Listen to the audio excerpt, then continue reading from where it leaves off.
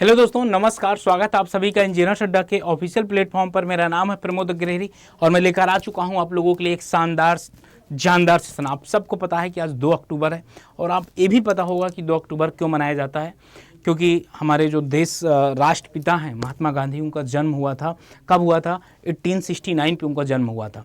आप सबको ये भी बहुत अच्छे से पता होगा कि हमारे यहाँ के जो राष्ट्रपिता हैं उन्हीं को बोलते हैं। ऐसे क्यों बोलते हैं भाई? आपको क्यों नहीं बोला जाता? क्योंकि वो बोलने के लिए, वो सारी चीज़ें करने के लिए बहुत संघर्ष है।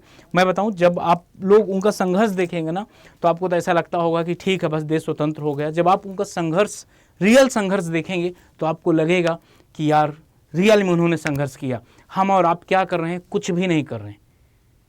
4 घंटे 2 घंटे पढ़ लेना, बाकी टाइम सीरियल देखना, बाकी हमारी ज़िंदगी में ही चल रहा।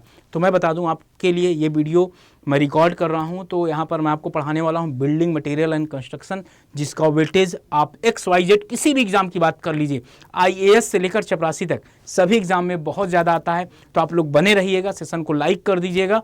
बाकी सेशन को स्टार्ट करता हूँ। क्या पार्ट 1 आज स्टार्ट करने जा रहा हूँ। इसका वेटेज क्या क्या होगा पहले हम बात करेंगे। आपके एग्जाम में कितना आता है, इनके कंटेंट क्या क्या होगा, क्या कैसे पढ़ाएंगे। तो ये डेली आपका ऐसे ही शेड्यूल चलेगा।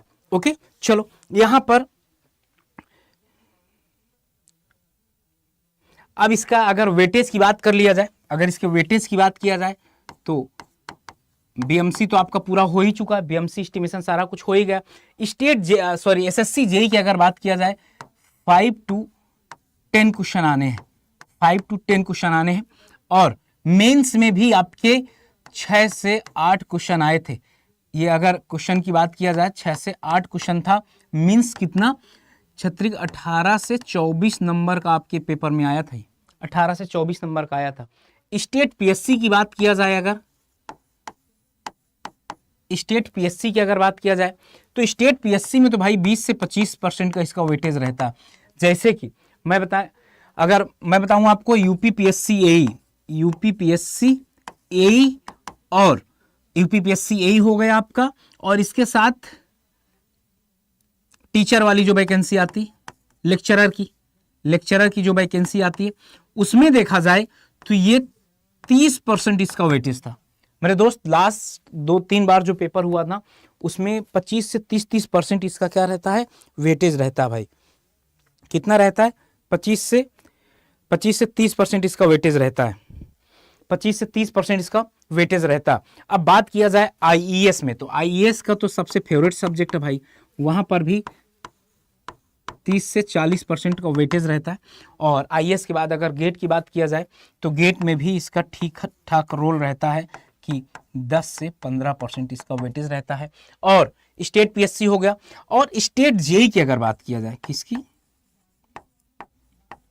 स्टेट जेई की अगर बात किया जाए तो स्टेट जेई में पता है 10 से 15% वेटेज रहता है। 10 से 15% वेटेज रहता, एक्सेप्ट क्या छोड़ते हुए?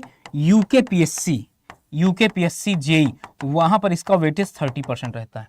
क्या इसका वेटेज वहां पर 30% रहता है? वहां पर इसका वेटेज कितना रहता है? 30% रहता है। तो आप ये समझ सकते हैं कि हमारा क्या, किस तरीके से कितना क्या वेटेज है। तो इस हिसाब से हमको पढ़ना है, क्योंकि बहुत ऐसे सब्जेक्ट हैं, छोटे छोटे सब्जेक्ट हैं जिनको पढ़ के 5 घंटे पढ़ के 10 नंबर लाए जा सकते हैं।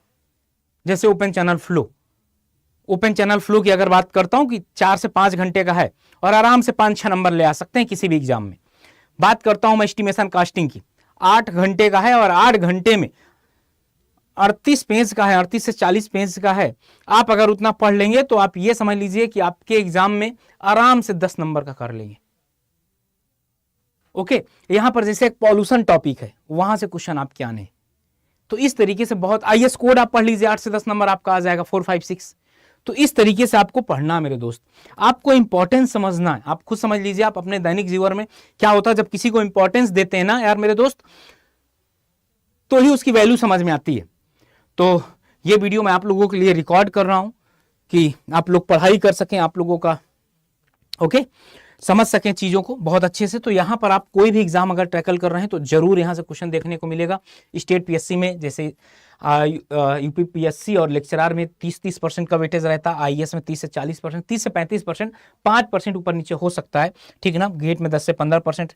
और स्टेट जेई की बात किया जाए जैसे यूपी टीपीएससी 10 से 15, लेकिन एक्सेप्ट यूके पीएससी जेई में 30% इसका वेटेज रहने वाला है। अब कंटेंट की बात कर लिया जाए, क्या है कंटेंट में, क्या है यहाँ पर दो पार्ट में इसको डिवाइड किया गया। दो पार्ट में डिवाइड करने का मतलब क्या था? दो पार्ट में डिवाइड करने का मतलब ये था कि एक तरफ से पानी शुद्ध होकर हमारे घर में आएगा, हम उसको गंदा करेंगे। जहां से पानी आया, आने के दौरान जो जो उसको प्रॉब्लम आई मेरे घर तक, एक फेज ये हो जाएगा। अब मैंने उसको गंदा करके भेजा, दूसरा फेज ये हो जाएगा। तो इसलिए इसको दो पार्ट में डिवाइड किया गया, part A part B. Water demand, water quality parameter, क्या कहा है यहाँ पर, water demand, water quality parameter और ट्रीटमेंट ऑफ वाटर, ये सब ज्यादा इंपॉर्टेंट है। डिस्ट्रीब्यूटरी से कभी कभार एक क्वेश्चन आ जाता है। इसके बाद waste water characteristic, disposal of sewage waste, design of sewerage system बहुत कम इंपॉर्टेंट है। सीवेज ट्रीटमेंट इंपॉर्टेंट है। सॉलिड वेस्ट मैनेजमेंट और नॉइज पॉल्यूशन से आप किसी भी एग्जाम में 1 से 3 क्वेश्चन आपको देखने को मिल सकते हैं। तो इस तरीके से चीजों को पढ़ना है हमको, इस तरीके से हमको चीजों को पढ़ना है। और मैं बता दूं, हमको ना यहाँ पर एक एक चीज को आगे बढ़ते हुए जाना है, समझ गए, एक एक चीज को आगे बढ़ाते हुए जाना है। और चलिए, तो यहाँ पर raw water engineering, raw water engineering में कैसे किस तरीके से हमको करना है ये देख लीजिए। रॉ वाटर इंजीनियरिंग हेडिंग डालेंगे, रॉ वाटर इंजीनियरिंग।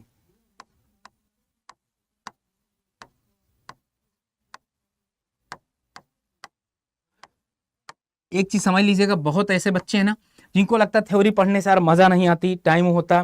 तो मेरे दोस्त एक चीज एकदम ध्यान से सुन लीजिएगा कि आपका जो निर्माणा होगा ना वो थ्योरी सब्जेक्ट से ही होगा। ओके, जब तक कॉन्सेप्ट क्लियर नहीं होंगे क्वेश्चन नहीं करने का मतलब। सबसे पहले हम रॉ वाटर इंजीनियरिंग में क्या बताना है, सबसे पहले तो ये हम देखेंगे कि पानी आता कहां से, वाटर सोर्स।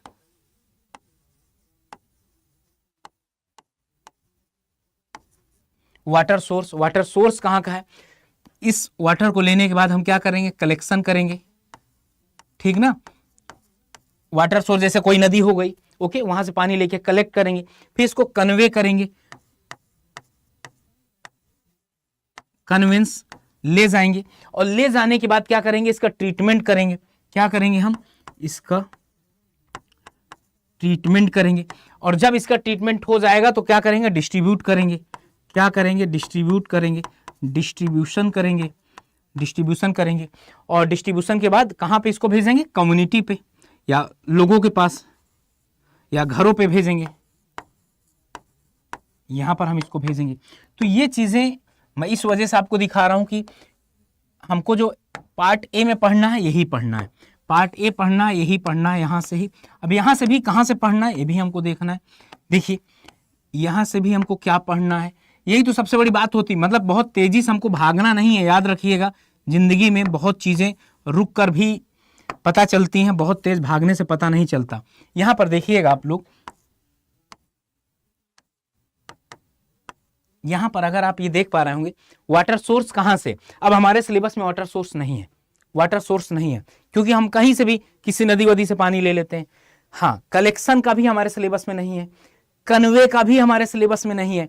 अब हम एक चीज जानेंगे, जब ये सारा कुछ ले आएंगे ना, हाँ, कलेक्शन जहां पर करेंगे उसकी थोड़ा वाटर क्वालिटी चेक कर लेंगे, और अगर उसमें कोई डिफेक्ट है तो ट्रीटमेंट में लेकर आएंगे। फिर इसका ट्रीटमेंट, ये हमारे लिए सबसे ज्यादा इंपॉर्टेंट, ये प्रोसेस। अब आप एक चीज खुद सोचिए, वाटर सोर्स में क्या पढ़ाऊं मैं, कि कौन से नदी से पानी आ रहा, कौन से कहां से पानी आ रहा, ये तो सारा कुछ पढ़ाना नहीं। Okay, collection, convey, treatment, distribution, home, ये जो आप पढ़ रहे हैं, मैं आपको पढ़ने का तरीका बता रहा हूं कि आपको कितने डेप्थ में जाकर पढ़ना है। बाकी एक चीज फिर सुन लीजिएगा, जब तक आप लोग खुद नहीं पढ़ेंगे सिलेक्शन नहीं होगा।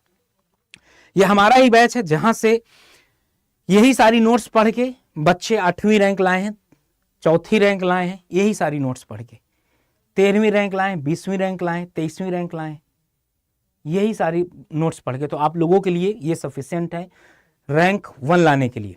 ओके, तो ये हमने सारा कुछ पढ़ लिया। फिर इसके बाद डिस्ट्रीब्यूशन से 1 नंबर का आ जाता है, सब ज्यादा इंपॉर्टेंट यहां पर क्या है, ट्रीटमेंट है। और इसके पहले हमको ये कैसे डिसाइड होगा, वाटर सोर्स कैसे डिसाइड होगा कि हम पानी कितना कलेक्ट करें, बताओ। ये कैसे डिसाइड होगा पानी कितना कलेक्ट करें? तो उसके लिए हमको क्या चाहिए, उसके लिए हमको वाटर डिमांड पता करना है कि वाटर डिमांड कितना है हमारे यहाँ। तो देखिएगा वाटर डिमांड कितना है, अगर वाटर डिमांड की बात किया जाए कि वाटर डिमांड कितना है, तो वाटर डिमांड में यहाँ पर वाटर डिमांड में डोमेस्टिक वाटर डिमांड, और पहले डोमेस्टिक वाटर डिमांड की अगर बात करता हूं मैं, तो डोमेस्टिक वाटर डिमांड में यहाँ पर कितनी डोमेस्टिक वाटर, डोमेस्टिक मतलब हमारे घरों पर लो इनकम ग्रुप जो थोड़ा सा गरीबी से बिलोंग करते हैं ना, उनका एक दिन का 135 litre per capita per day, एक दिन में उनको 135 लीटर दिया जाता है। हाई इनकम ग्रुप वालों को 270 litre per capita per day दिया जाता है। लेकिन एक चीज और याद कर लीजिएगा, यहाँ पर जब डोमेस्टिक वाटर डिमांड बोला जाएगा आपसे, अगर वो कुछ भी नहीं देता, हाई इनकम लो इनकम नहीं देता, then your answer will be 135, then आपका आंसर क्या होगा 135 सही होगा। और अगर वो देता है इस बात को कि हाई इनकम ग्रुप के लिए बता दीजिए 270, अब इसमें आपका नहाना भी हो जाएगा और मुंह धुलना फ्रेश होना ये सारा कुछ इसी में इंक्लूड होगा। Institutional water demand, institutional water demand कितना होगा 20 से 50 लीटर, इंस्टीट्यूशनल वाटर डिमांड कितना होगा 20 से 50 litre per day. Institutional water demand में क्या होगा आपका 20 से 50। और यहां पर और भी एक चीज आप ऐड कर सकते हैं, अभी आगे फिर से मैं ऐड करके लिखवा दूंगा, ठीक ना। अब यहां पर देखिएगा water for public use, public use मतलब क्या होगा, पब्लिक यूज का मतलब ये है जैसे आप रास्ते में जा रहे हैं, बस स्टॉप आपको मिल गया, अब आपको वहां पे हाथ धुलना मुंह धुलना, तो करीब 10 से 20 litre per capita per day, और टोटल डिमांड का 5 से 6% वहां पर जाता है। समझ गए, कहां पर जाता, वहां पर जाता है।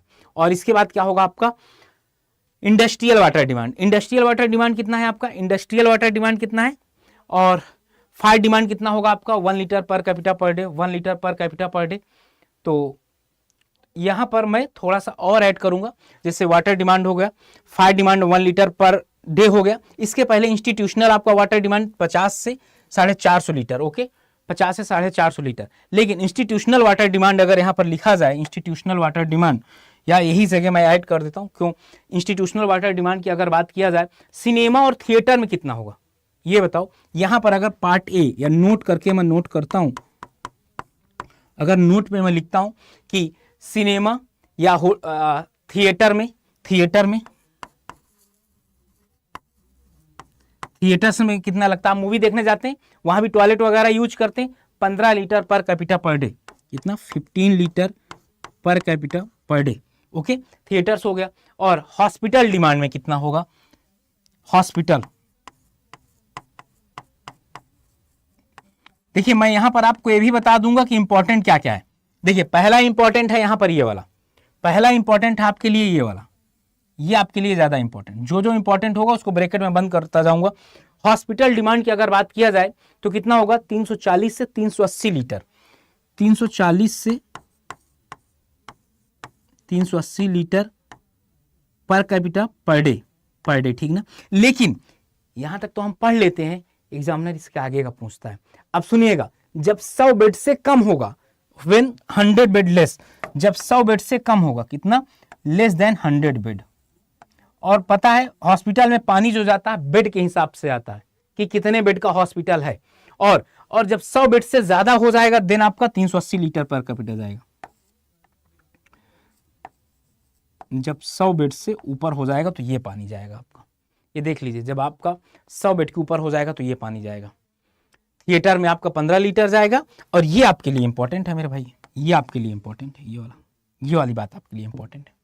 तो इस तरीके से आपको पढ़ना है मेरे दोस्त, इस तरीके से आपको पढ़ना है। लो इनकम ग्रुप के लिए कितना होगा, इंस्टीट्यूशनल वाटर डिमांड कितना होगा, और इसके बाद हॉस्पिटल डिमांड कितना होगा, 100 बेड ये हो गया, ओके। और इसके बाद क्या होगा, इंडस्ट्रियल वाटर डिमांड कितना होगा, इसके बाद आपका इंडस्ट्रियल वाटर डिमांड कितना होगा, इंडस्ट्रियल वाटर डिमांड आपका ये हो गया कि 50 से 450 लीटर, और ये आप फायर डिमांड आपका 1 litre per capita per day, ठीक। अब यहाँ पर एग्जामिनर फिर आपको रोकेगा, समझ गए, एग्जामिनर फिर आपको यहाँ पर रोकेगा और आपसे बोलेगा कि फायर डिमांड की एक वर्ड बात किया था, फायर डिमांड होता क्या, मतलब आग लग जाना। अब आप खुद सोचिए कि आज मेरे घर पे शादी है, मेरे घर पे क्या आज कहीं भी फंक्शन है, बड़ा फंक्शन है, वहां पर पानी के ज्यादा यूजेज है, पानी का क्या है ज्यादा यूजेज है।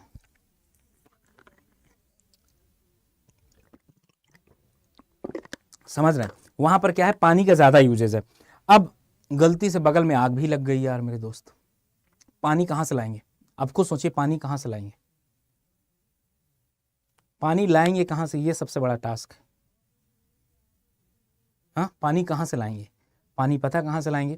पानी को भी हम ऐड करते हैं कि 1 लीटर एक आदमी के हिसाब से पानी हमारे पाइप में जाए। ये सब क्यों कर रहे हैं अभी आगे बताऊंगा, क्योंकि उसी हिसाब से हम अपने मोटर लगाएंगे ट्रीटमेंट वाले में, कितना डाया का पाइप भेजना है, तभी डिसाइड हो पाएगा। फायर डिमांड ये गवर्नमेंट ऑफ इंडिया बोलती है कि 1 litre per capita per day जाएगा सर, ठीक ना, 1 लीटर। और यहां पर भी आपको एक पॉइंट ऐड करना है, 1 litre per capita per day तो जाएगा, लेकिन यहां पर एक और सबसे बड़ा पॉइंट यह है कि जो डिस्चार्ज वाला स्ट्रीम होगा ना, 1100 लीटर पर मिनट उसका होगा, ठीक ना। Discharge in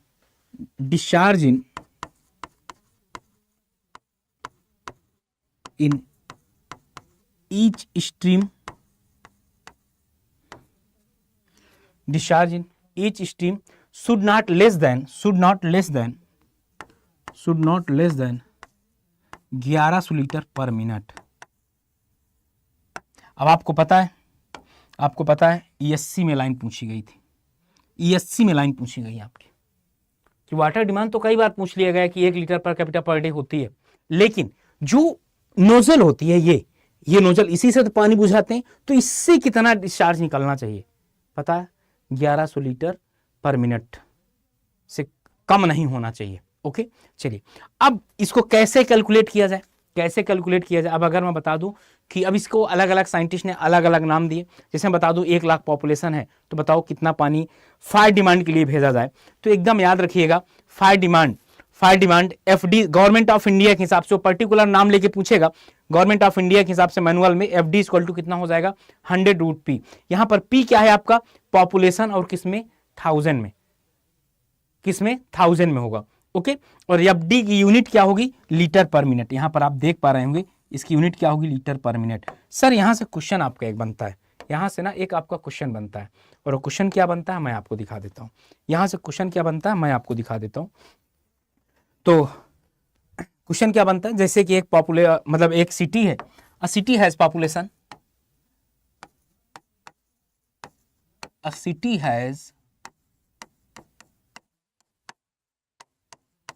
a city has population,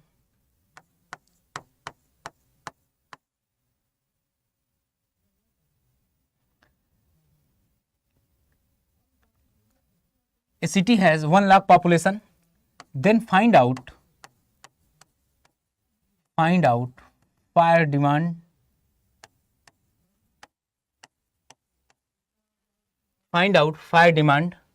a city has population 1 lakh, then find out fire demand according to government of India,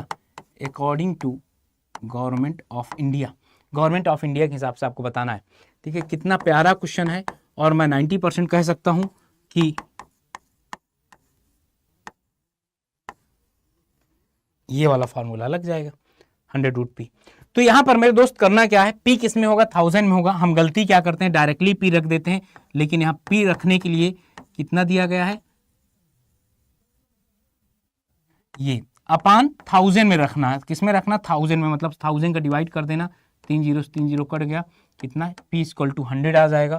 तो हमने किया क्या, 100 इंटू 100, ये 10 हो जाएगा, तो कितना हो जाएगा, 1000 लीटर पर मिनट। 1000 लीटर पर मिनट आपका हो जाएगा, 1000 लीटर पर मिनट आपका ये हो जाएगा। यहाँ तक बात समझ में आ गई, यहाँ तक बात आपको समझ में आ गई होगी एकदम।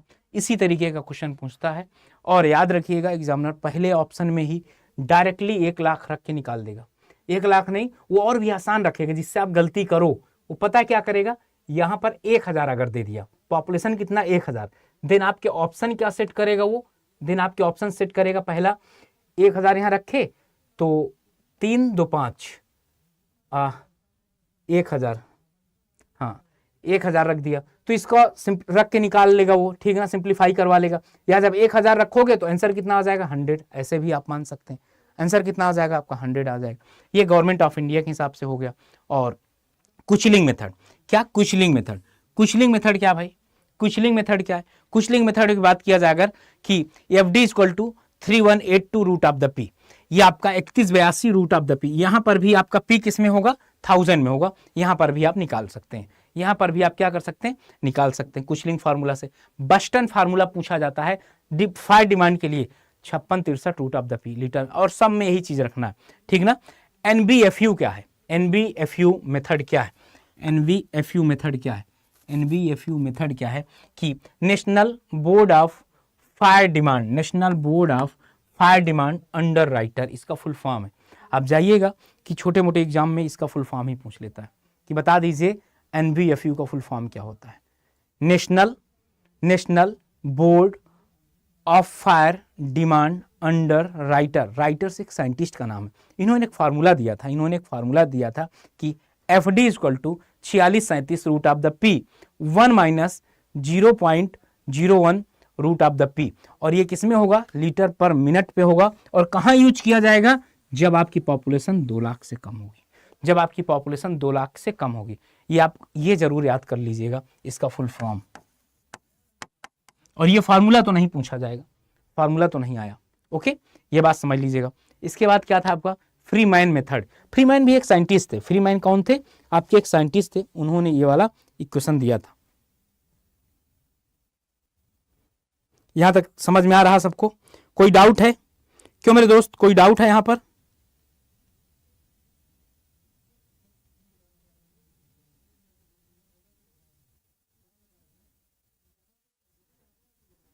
क्यों यहां पर कोई डाउट है आपको, ये बताइए, कोई डाउट है यहां पर आपको? आई होप आपको कोई भी डाउट नहीं होगा ना, आई होप आपको कोई भी डाउट यहां पर नहीं होगा। अब आ गए फ्रीमैन मेथड, और ये खूब पूछा जाता है एग्जाम में भी, समझ लीजिए ये ना आपके एग्जाम में खूब पूछा जाता है। फ्रीमैन के लिए 3 फार्मूले मैंने आपको लिखवा दिए। आप पढ़े कितने होंगे, आप पढ़े होंगे जनरली एक ही, लेकिन फार्मूले कितने यूज होते हैं इसके, 3 फार्मूले यूज होते हैं। अब 3 फार्मूले कौन कौन से आपके एग्जाम में आते हैं ये भी आप देख लीजिए। 3 फार्मूले में आपको क्या पढ़ना है, ये सबसे बड़ी बात होगी।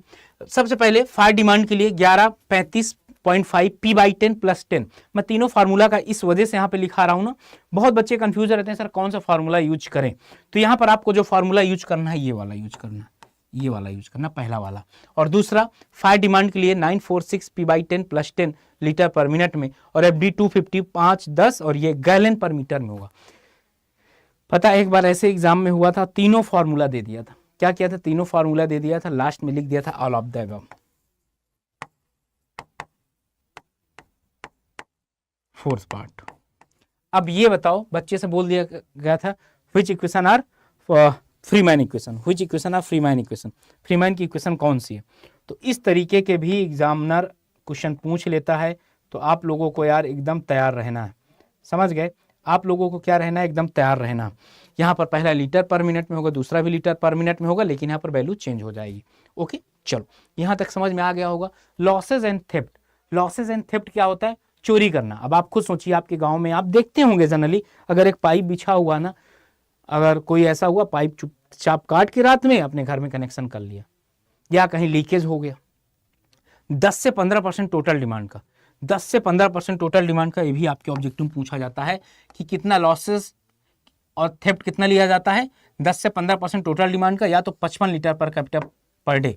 नोट में क्या लिखा गया है, total demand 335 litre maximum according to government of India. आज के हिसाब से, अगर ये 2012 के हिसाब से सारा कुछ पढ़ा रहा हूं, कब से, ये 2012 के हिसाब से पढ़ा रहा हूं, IS कोड 2012 के हिसाब से मैं पढ़ा रहा हूं भाई। अब 10-11 साल हो गया यार, अब 11 साल में क्या होगा, पानी का यूजेज तो बढ़ ही रहा ना। आप खुद सोचिए, पहले का आदमी क्या था, 1 बाल्टी पानी में नहा लेता था, लेकिन आज का आदमी कहाँ 1 बाल्टी पानी में नहाता है। अगर उसको दिखाना भी होता है थोड़ा किसी को कि यार मैं डेली नहा रहा हूं, या तो 2-3 बार फेस वॉश से मुंह भी धुलना होता है। क्यों, ऐसी बात है ना, जो थोड़ा सा जिनका कलर थोड़ा सा डाउन होता है, उनको लगता है कि यार शायद 4-5 बार ये मुंह धुलने से क्या हो जाता है, मुंह साफ हो जाता है। ये भी बात हो जाती है भाई मेरे दोस्त। तो यार यही सब बातों को ध्यान में रखते हुए, और आजकल देख रहे हो, पहले क्या होता था, कच्चे घर होते तो धुलने नहीं पड़ते थे, घर को धुलना नहीं पड़ता था। आज क्या होता है, दिन भर में 2 बार पोछा लगता है, दिन भर में क्या 2 बार पोछा लगता है, धुलाई होती है उसकी। ये भी सारा पैसा कह रहा हूँ, पैसा ज़्यादा याद आ रहा ना, ये भी सारा वाटर लॉसेस में चला जाता है। तो टोटल डिमांड कितना होगा, 335 लीटर मैक्सिमम, इससे ज़्यादा नहीं हो सकता गवर्नमेंट ऑफ इंडिया में। अगर कोई ऑप्शन नहीं दिया तो आपको ये बताना है। इसके बाद इसके बाद यहां पर मैं आपको ना एक क्वेश्चन दिए दे रहा हूं, क्वेश्चन जरूर करिए आप लोग, प्रैक्टिस आपकी हो जाएगी। Compute the fire demand, compute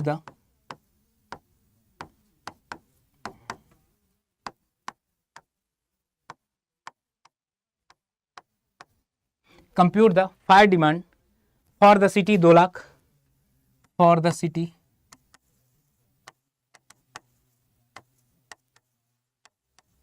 for the city 2 lakh by any one formula, by any one।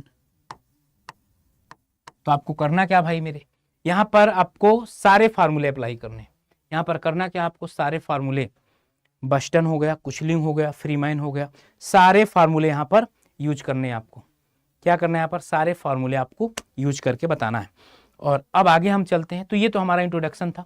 Variation in demand, अगली हेडिंग आपकी होगी वेरिएशन इन डिमांड। क्या वेरिएशन इन डिमांड,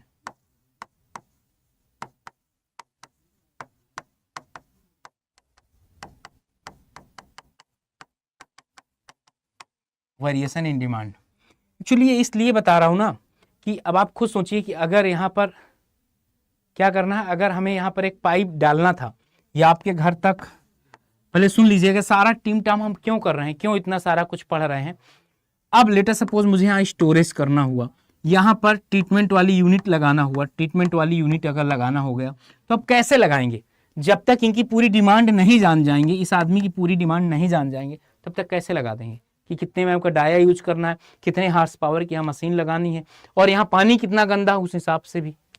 अगर ये पानी अब पता चला ये 1 लाख लीटर ही पानी दे पा रही है और यहाँ जरूरत है 1.5 लाख की, तो कहाँ यहाँ पर आप अपना ट्रीटमेंट प्लांट सेटअप कर पाएंगे, ऐसा नहीं हो सकता ना।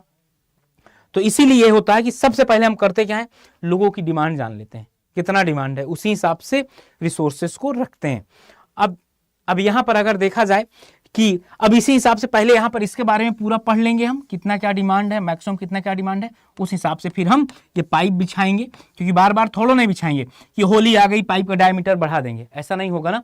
हाँ, तो यहाँ पर क्या होगा, सबसे पहले मैक्सिमम डेली कंजम्पशन, एक दिन में आदमी कितना कंजम्पशन कर सकता है। देखिएगा पहले हम मैक्सिमम डेली करेंगे, फिर मैक्सिमम आवरली करेंगे। मैक्सिमम डेली की अगर बात किया जाए, तो एक दिन में आदमी कितना पानी यूज कर सकता है, बहुत होगा 2 बार नहा लेगा, 2 से 3 बार। आजकल फ्लश में बहुत ज्यादा पानी जाता है, पता, अगर आप वॉशरूम जाते हैं, वॉशरूम के बाद जैसे वो करते हैं ना, 20 लीटर पानी चला जाता है। अब पहले क्या होता था, सीट वाले में आप 2 मग पानी डालते थे, मैक्सिमम 2 लीटर। ये भी आप समझिए, ये भी आप पढ़े लिखे हैं तो इन सारी चीजों को थोड़ा गौर करिए, पानी का वेस्टेज करना नहीं है हमको, क्योंकि आगे चल के इसकी समस्याएं बहुत हो जाएंगी। मैक्सिमम डेली कंजम्पशन में क्या हो जाएगा, 1.8 into average daily consumption, 1.8 into average daily consumption. तो मैक्सिमम डेली का जितना जा रहा है, जैसे एक दिन में एक घर पे 100 लीटर पानी जा रहा है, तो हम ये मान लेंगे नहीं, 180 लीटर पानी के हिसाब से डिजाइन करेंगे। अब एक दिन के मैक्सिमम में ये हो सकता है एक ऐसा पीक आए, जैसे सुबह 8 बजे से 10 बजे तक आप देख लीजिए, शाम में 6 बजे से 8 बजे तक देख लीजिए। इस दौरान क्या होता है, सब लोग नहाते हैं, निकलते हैं, तो आप उसी हिसाब से पानी नहीं भेज सकते ना भाई, इस दौरान तो पानी ज्यादा लगेगा, तो इसके हिसाब से भी डिजाइन करना है। तो इसलिए हमने क्या कर दिया, इसलिए हमने कर दिया मैक्सिमम आवरली कंजम्पशन।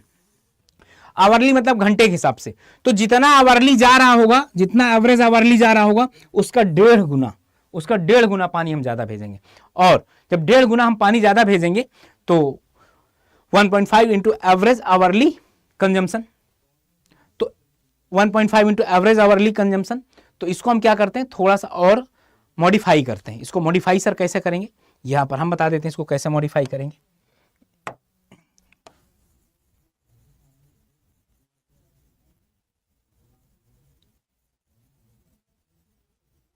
एक्चुअली ये बनी बनाई पीपीटी लाने से एक फायदा ये होता है कि बहुत कम चीजें लिखना पड़ता है और वही ज्यादा टाइम हम समझाने में लगा देते हैं। तो यहां पर अब मैं आपको बता सकता हूं क्या है एवरेज आवरली कंजम्पशन। तो ये जो एवरेज आवरली कंजम्पशन है, क्या मैं इसको इस तरीके से भी लिख सकता हूं, 1.5 इंटू 24 का ऊपर मल्टीप्लाई कर दूं, 24 का नीचे, तो ऊपर वाला क्या हो जाएगा, मैक्सिमम डेली कंजम्पशन अपॉन 24। हम ये भी कर सकते हैं, बिल्कुल सर कर सकते हैं। जब आप ये कर सकते हैं तो मैक्सिमम डेली कंजम्पशन की जगह क्या रख सकते हैं आप, 1.8, तो 1.5 into 1.8 into average daily consumption by 24 ये भी कर सकते हैं। जब आप इसका मल्टीप्लाई करेंगे तो कितना आ जाता है 2.4, कितना आ जाता है 2.4। तो यहाँ पर हम क्या कर सकते हैं, यहाँ पर मैं लिख सकता हूँ कि maximum hourly consumption equal to 2.7 into, अब मैं इसको चाहूं तो यहाँ डिवाइड भी कर दूंगा तो आवरली भी आ जाएगा, क्या आ जाएगा, एनुअल या average hourly demand, average hourly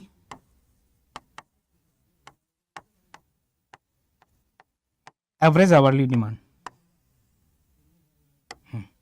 average hourly demand 2.7। अब इसको मैक्सिमम भी बोल देते हैं मेरे भाई, क्या बोल देते हैं इसको, मैक्सिमम भी बोल देते हैं हम, इसको क्या बोल देते हैं हम, मैक्सिमम भी बोल देते हैं, समझ गए, इसको हम क्या बोल देते हैं, मैक्सिमम भी बोल देते हैं।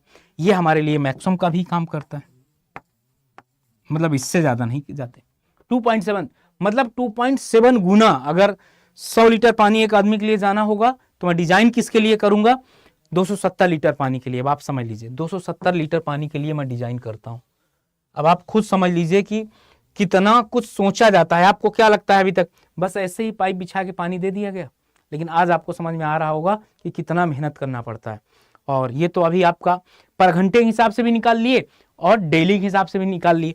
अब वीकली के हिसाब से, वीकली के भी हिसाब से, वीकली मतलब क्या, अब ये हो गया एक हफ्ते का कोई त्योहार है, क्या एक हफ्ते का कोई त्योहार है तो क्या करेंगे हम, जब हम ये जानते हैं कि एक हफ्ते का कोई त्योहार है तो हम करते क्या है, 1.48 मतलब 48% पानी बढ़ा देते हैं, 48% 1.48 कर देते हैं। क्या कर दिया हमने, 1.48 टाइम इंटू जितना एवरेज वीकली जाता होगा उसका 48 टाइम बढ़ा देते हैं। मंथली अगर टाइम देखा जाए तो मंथली टाइम कितना बढ़ाते हैं हम, monthly time 28, 1.28 into average monthly. यार ये मंथली वाला तो मुझे याद हो गया था, अभी ये कैसे याद हो गया था मैं बता देता हूं। क्योंकि आपको पता है कि फरवरी महीने में कितने दिन होते हैं, 28 दिन मैक्सिमम, इसलिए मंथली में सबसे छोटा ही लेते हैं हम, मंथली में सबसे छोटा, और वीकली में 48, वीकली में क्या होगा 48 हो जाएगा। ओके, यहाँ तक सारा कुछ समझ में आ गया होगा। मैक्सिमम वीकली डिमांड क्या होगा और मैक्सिमम मंथली डिमांड क्या होगा, ये सारा कुछ पहले एक दिन में कितना होगा घंटे के हिसाब से निकाल लिए, हफ्ता के हिसाब से निकाल लिए, महीने के हिसाब से निकाल लिए। शायद अब आपको पता चला होगा कि यार कितना मेहनत करनी पड़ती है। आपको क्या लगता है पाइप बिछाए पानी दे दिया आपको, ऐसा नहीं होता। एक और फार्मूला था good rich formula, good rich इनका नाम है, साइंटिस्ट का नाम है, इन्होंने भी एक फार्मूला दिया था। और वो फार्मूला क्या था कि आपका P equal to 180 into T into 10 to the power T into T की पावर माइनस का 0.1, माइनस का पॉइंट। टी क्या है यहाँ, टाइम इन डे में, टी क्या है टाइम इन डे में। एग्जामिनर इस तरीके से नहीं पूछे,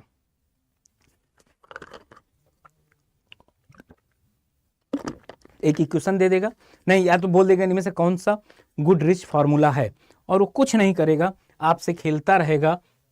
खेलता कैसे रहेगा, 100 टी की पावर 0.1, 180 टी की पावर माइनस 0.1, 180 टी की पावर 0.1 और 200 टी की पावर, बस इतना। अब बताएगा इसमें गॉड रिच का फार्मूला कौन सा है बता दीजिए। आपसे पूछेगा गॉड रिच का फार्मूला बता दीजिए, बस आप बेटा कंफ्यूज हो जाओगे कौन सा है।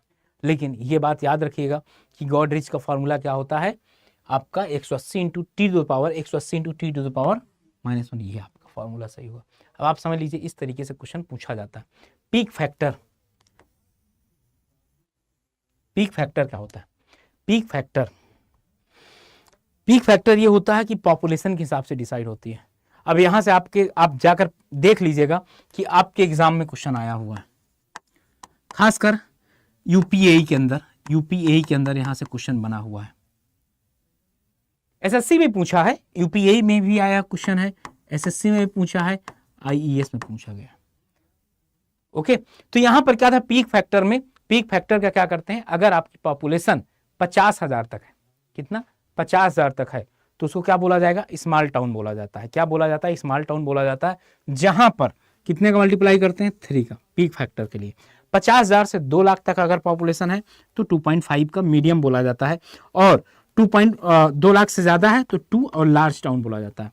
पता है क्या है, अभी यूपी में इस तरीके से नहीं पूछा था, यूपी में इस तरीके से पूछा है कि medium town, the peak factor for medium town, peak factor for medium town, सुन लीजिए, peak factor for medium town, peak factor for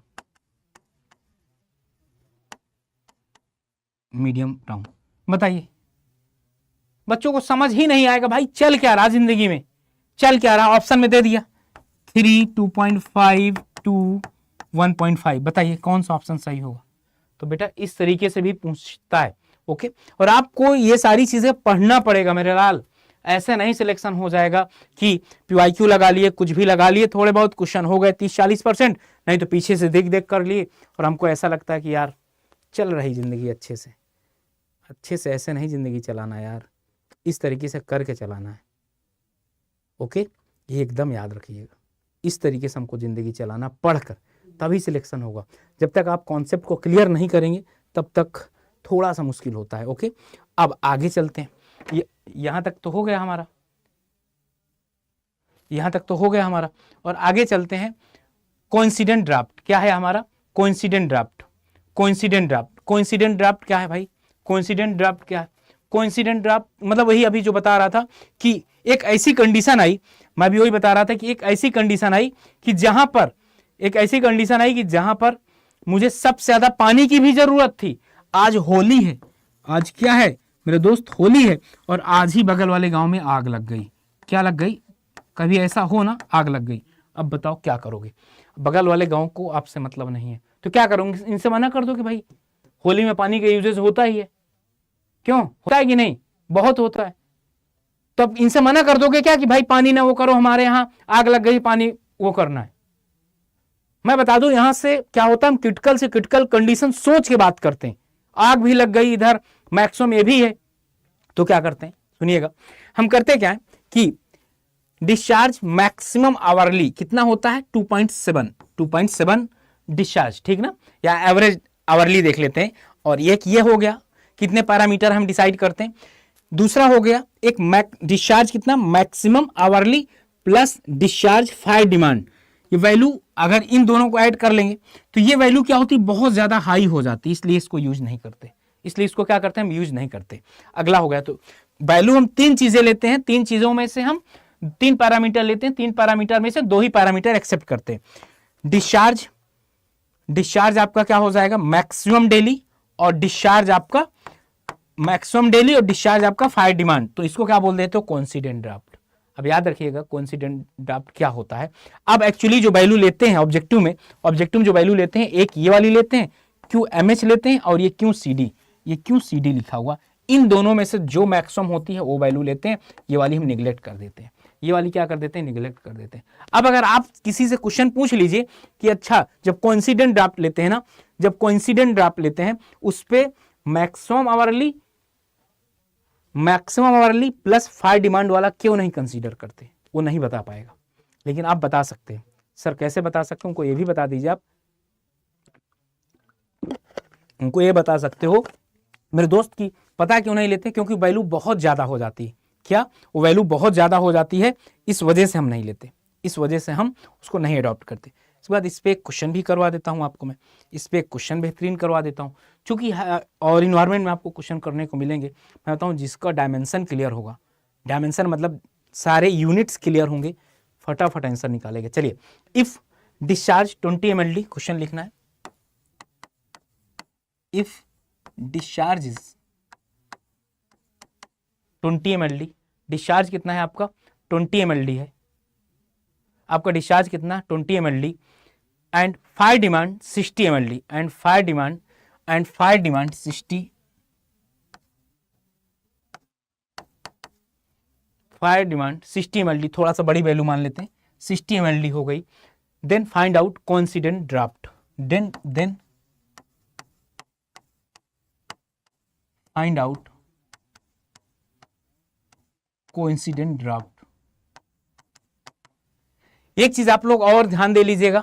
अब आपको क्या पता चला, आपने कॉन्सेप्ट तो पढ़ लिया, अब अगर ऐसे क्वेश्चन आ जाएंगे तो क्या करोगे?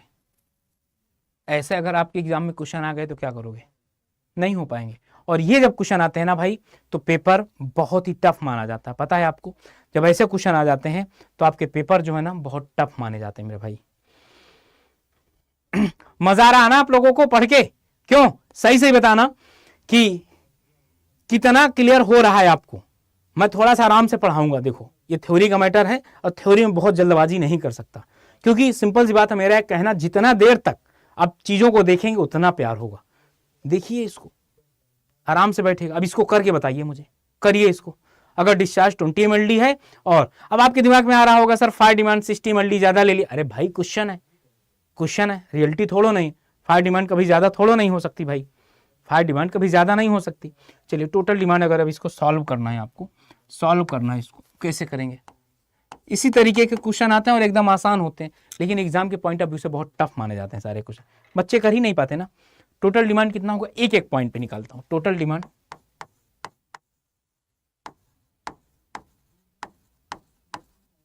टोटल डिमांड कितना होगा आवरली, अगर देखा जाए, क्या पर आवरली, पर आवरली कितना होगा 2.7, 2.7 डिस्चार्ज, 2.7 डिस्चार्ज। इसको क्यू मैक्सिमम आवरली भी बोल देते हैं। और दूसरा क्या होगा, कोइंसिडेंट ड्राफ्ट क्या होगा,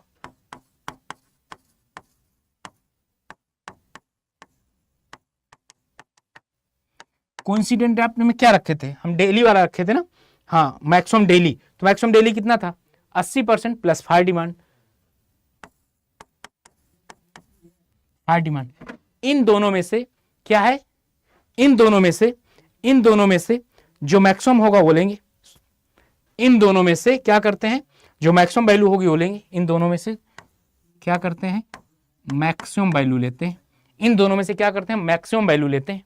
ओके, इन दोनों में से हम मैक्सिमम वैल्यू लेते हैं। तो यहां पर रखते हैं हम वैल्यू क्या क्या, डिस्चार्ज हमको पता है। तो सबसे पहले क्या करेंगे, सबसे पहले हम क्या करते हैं 2.7, और 2.7 डिस्चार्ज कितना गिवन है 20, 20 कितना हो जाएगा 27 Doon 54, 54 litre, million litre, million litre per day.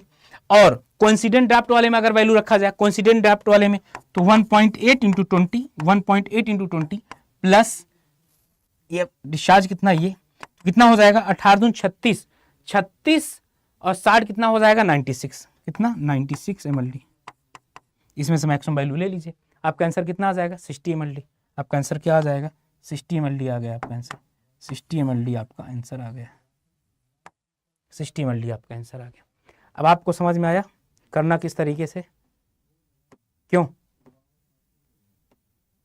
आपको समझ में आया करना किस तरीके से, समझ में आया कि नहीं करना किस तरीके से?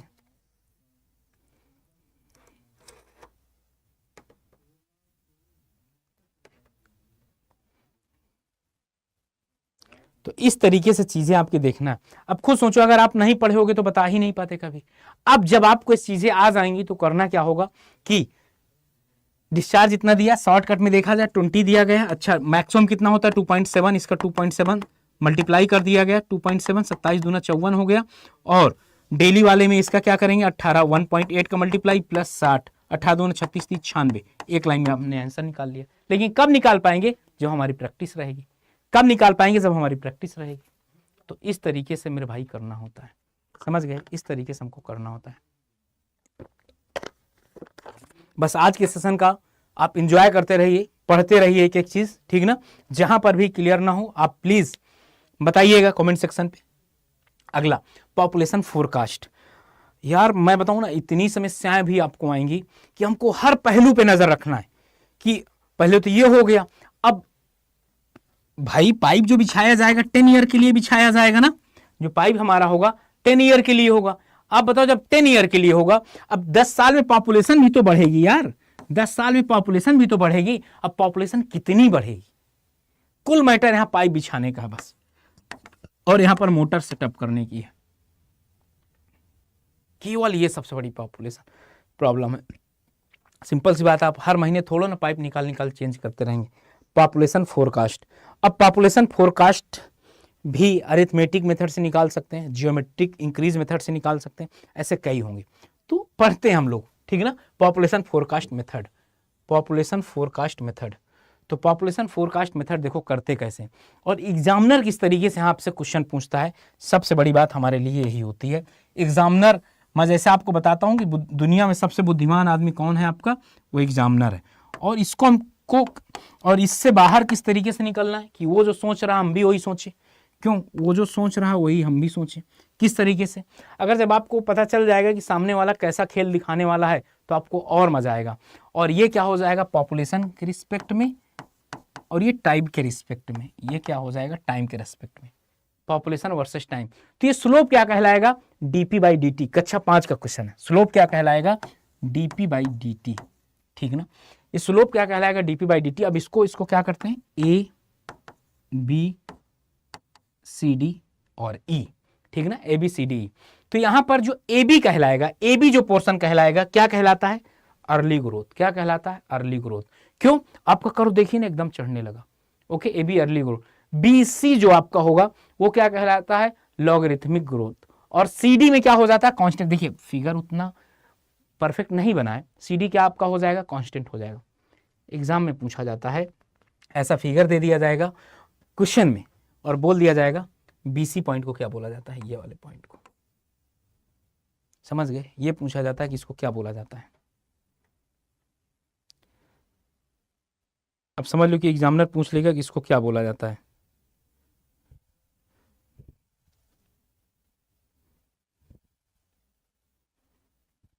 समझ गए। अब एग्जामिनर आपसे बोल देगा कि इसको क्या बोला जाता है।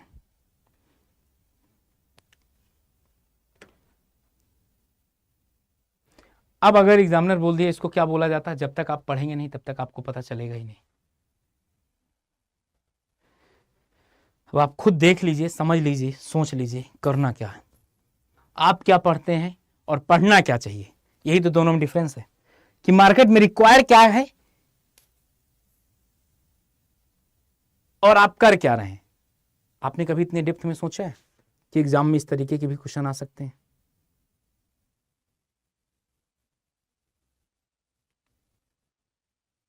सोचे आप लोग, कभी नहीं सोचे होंगे। चलो यहां तक हो गया, आगे बात करते हैं अरिथमेटिक मेथड। अब वही फोरकास्ट निकालने का कि अगले आने वाले 10 साल में कितनी पॉपुलेशन बढ़ जाएगी, इसके अनेक अनेक साइंटिस्टों ने मेथड दिया। अनेक साइंटिस्टों ने यहां पर बताया।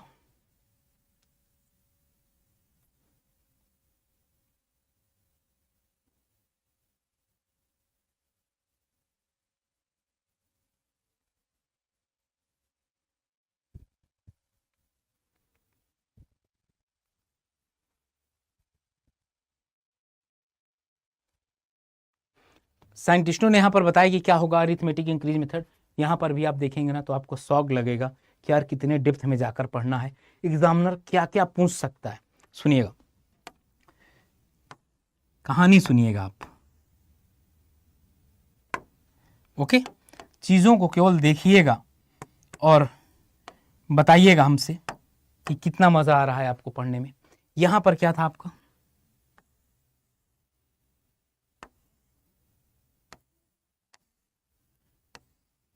अरिथमेटिक इंक्रीज मेथड में फिर से वही पॉपुलेशन के बीच में बनेगा और टाइम के बीच में ग्राफ बनेगा। अब एग्जामिनर यहां से पता क्या पूछेगा, यहां पर पॉपुलेशन टी टाइम पे कितनी पॉपुलेशन थी P1, और T2 टाइम पे कितनी थी पॉपुलेशन P2, और टी टीएन मान लेते हैं हम, टीएन में कितना हो जाएगा, पीएन हो जाएगा। तो ये स्लोप क्या कहलाएगा, डीपी बाई डी टी। और आपको स्लोप क्या लग रहा है, कांस्टेंट लग रहा है। क्यों, स्लोप क्या लग रहा है आपका, कांस्टेंट लग रहा है। तो आपसे पूछा जाता है अरिथमेटिक इंक्रीज मेथड में जो आपका स्लोप होगा वो क्या होगा, कांस्टेंट होगा। क्या होगा आपका, कांस्टेंट स्लोप होगा।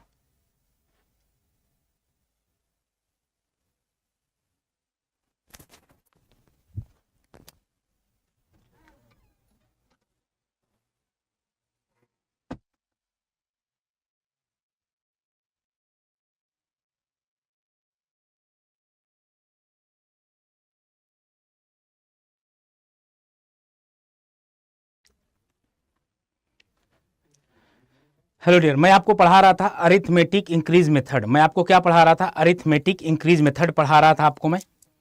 तो यहाँ पर अरिथमेटिक इंक्रीज मेथड में क्या था, आपके एग्जामिनर आपसे क्वेश्चन पूछता है कि यहाँ पर जो स्लोप होगा क्या होगा, तो आपको बताना पड़ेगा कि स्लोप यहाँ पर कांस्टेंट होता है। स्लोप क्या होता है? यहाँ पर कांस्टेंट होता है। आप फिगर देख के भी बता सकते हैं कि स्लोप यहाँ पर कैसा होगा, आपका कांस्टेंट होगा। ये देख लीजिए। और यहाँ पर इक्वेशन हम कक्षा 5 में क्या बनाते थे?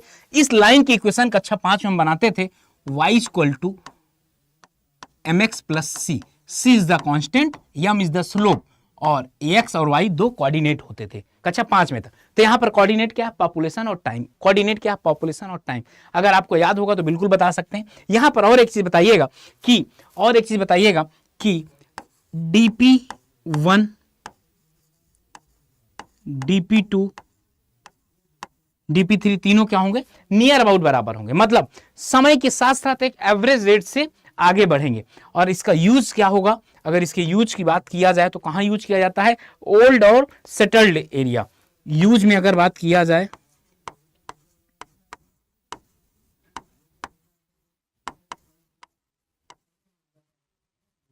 सेटल्ड एरिया, ओल्ड और सेटल्ड एरिया में क्या होगा?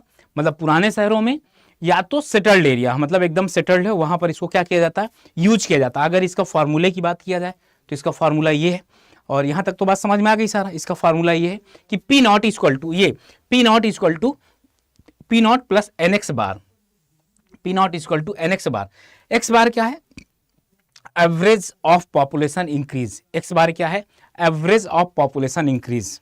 Average of population increase.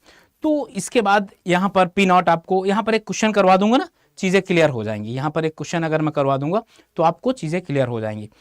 तो क्वेश्चन नोट करना है, find out population of 2020। Question आपको नोट करना है। क्वेश्चन है आपका, फाइंड आउट पीओपी मतलब population of 2020 and 2020 and 2040 use arithmetic increase method. Use arithmetic increase method.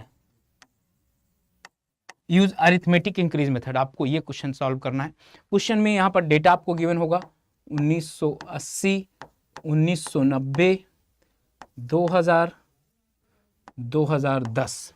2010 तक, ठीक ना। यहां पर अपने हिसाब से थोड़ा सा इजी वैल्यू रखूंगा ताकि कैलकुलेशन में भी आपको आराम मिल जाए। 100, 40, 60, 200, 100, 40, ये आपकी पॉपुलेशन थी। अब पॉपुलेशन में मैं बता सकता हूं, आपको लाख में दे सकता है, करोड़ में दे सकता है, किसी में भी दे सकता है। ओके, पॉपुलेशन में वो किसी में भी दे सकता है। तो यहां पर आप देखिएगा इतना क्वेश्चन गिवन रहेगा। अब आपको क्या निकालना है? 2020 का और 2040 का। मतलब यहां पर पॉपुलेशन क्या होगी और यहां पर पॉपुलेशन किस रेट से बढ़ेगी। बताइए, सॉल्व करिए इसको। कैसे सॉल्व करेंगे? ये सारा एक नंबर में आता है भाई, ये पूरा आपके एक नंबर में आता है। समझ गए ना? ये एक नंबर वाले एग्जाम में, 3 नंबर वाले एग्जाम में भी आते हैं। मैं बताऊं एकदम आसान चीज है। एकदम क्या है? आसान चीज है। यहां पर अगर आपको एक्स बार निकालना हुआ, यहां पर अगर मैं बात बता दूं आपको, एक्स बार अगर आपको निकालना हुआ तो क्या करोगे? 100 से 140 कितना बढ़ा? 100 से 140 में कितना बढ़ा? 40 बढ़ा। 140 से 160 में कितना बढ़ा? 20 बढ़ा। 160 से 200 में कितना बढ़ा? 40 बढ़ा।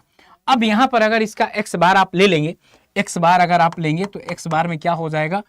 40 प्लस 20, 40/3। 40, 40, 80, 20, 100 कितना? 100/3 मीन्स 33.33। ये आपका स्लोप की इक्वेशन आई। ये क्या है कि आई? आपकी स्लोप की इक्वेशन आई। अब काहे के लिए निकालना है? पी 2020 के लिए। पी 2020 में कितना होगा? तो पहले पी हम किसके लिए निकाल देते हैं। और डिकेड क्या होता है? डिकेड, यहां 10 ईयर का गैप है ना, इसको 1 डिकेड बोलेंगे। 1 डिकेड, एक डिकेड में क्या बोलेंगे? इसको एक डिकेड बोलेंगे। तो यहां पर पी 2010 प्लस एनएक्स बार। एनएक्स बार, एन क्या रिप्रेजेंट कर रहा है? यहां पर डिकेड रिप्रेजेंट कर रहा। तो यहां पर 2010 की कितनी पॉपुलेशन थी भाई? 200। कितने डिकेड होंगे? एन।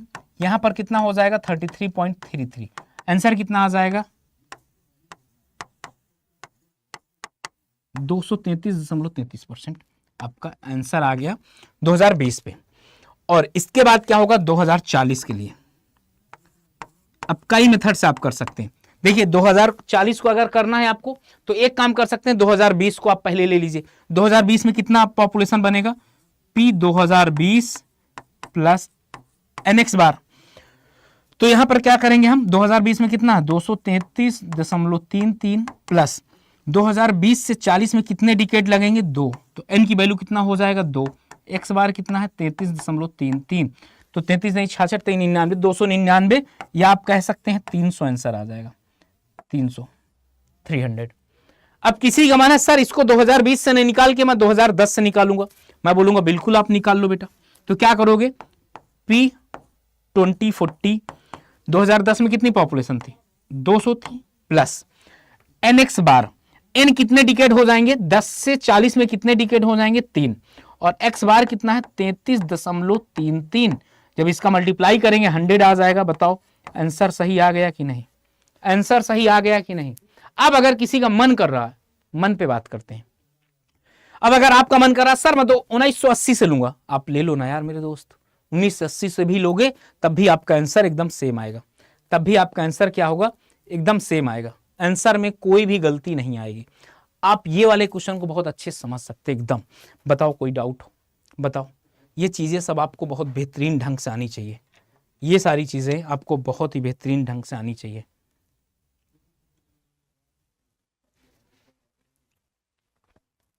ओके चलो आगे चलते हैं।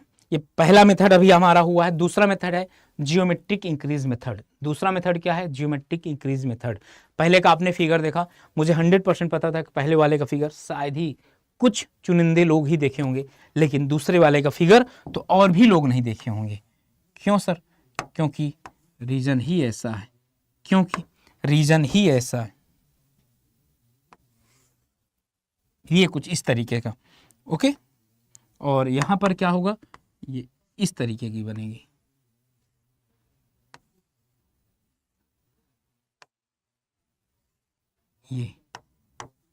ये T हो गया, ये पॉपुलेशन P हो गया, ये पॉपुलेशन P हो गया। और वो फिर से स्लोप यहां पर फिर से वही सारा कुछ P1 T1 T2 P2। Okay ये आप देखिए, ये आप देखिए, ये बताइए स्लोप ये कैसा बिहेव करेगा।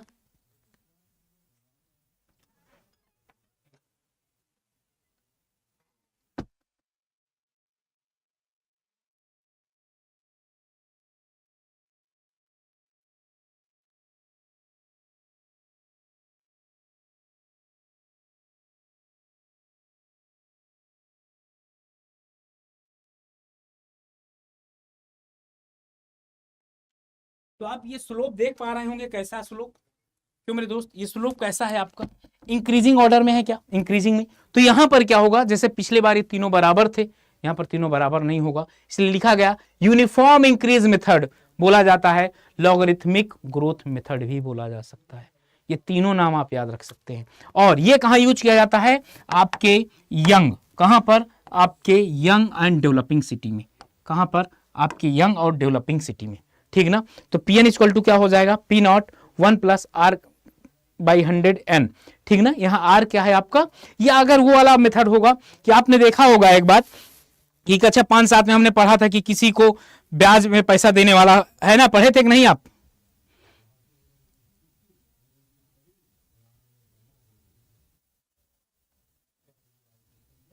क्यों कि अगर किसी को पैसा दिया जाए और उसको बोला जाए भाई 1 साल के लिए इतना है, तो आगे 1 साल बाद हमारा कितना पैसा हो जाएगा, वो वाली कहानी है। क्योंकि अभी वो वाला जो भी लोग किए होंगे ना उनको समझ में आएगा। जैसे यहाँ पर मैं आपको बता दूं, ये पहला दूसरा पॉइंट समझ गए, ये वाला भी पॉइंट समझ गए आप कि यहाँ पर आपका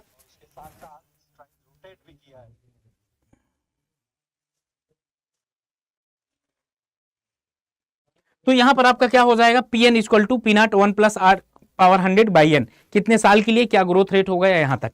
अब आगे अगर बात किया जाए अगले पे, यहां पर ये जो R निकालना है, ये आपका जो R निकालना है ना, ये R जो निकालना है ना, ये आपका जो R निकालना है, ये 2 मेथड से निकाला जा सकता है, या तो अरिथमेटिक से, अरिथमेटिक मेथड से, या तो जियोमेट्रिक मेथड से, दो मेथड से निकाला जा सकता है। अब एग्जामिनर पूछता है कि इन दोनों में से बड़ा कौन रिजल्ट देता है, इन दोनों में से एम ज्यादा बड़ा रिजल्ट देता है। क्या देता है? एम आपका बड़ा रिजल्ट देता है। और तो देखेंगे फिर यहाँ पर अरिथमेटिक एवरेज मेथड से क्या निकालेंगे हम, सीधे R1 R2 R3। देखिए ये कब समझ में आएंगे, जब इसके लिए आप एक न्यूमेरिकल करेंगे, पावर n जितने ये होंगे उसका पावर n कर देंगे। जियोमेट्रिक एवरेज मेथड में क्या होगा, R = R1 R2 R3 की पावर 1/n। ये बात याद कर लीजिएगा, आपके एग्जाम में पूछा जाएगा, ये बात आप याद कर लीजिएगा। अगला, अब यहां तक तो हो गया, यहां तक तो हो गया। अब इस पे एक क्वेश्चन करवा देता हूं आपको। ओके, यहां पर आपको मैं क्वेश्चन करवा देता हूं। चलिए, कहां पहुंच गए? इसके बाद मैं आपको क्या करवा देता हूं, क्वेश्चन करवा देता हूं। इस पे, इससे रिलेटेड एक क्वेश्चन करवा देते हैं ताकि आपको ना चीजें एकदम सही समझ में आ जाएं। तो भाई यहां पर क्वेश्चन क्या, find out growth rate. Question note करेंगे,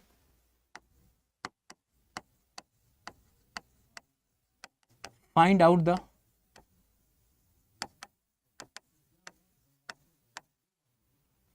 growth rate of find out the growth rate by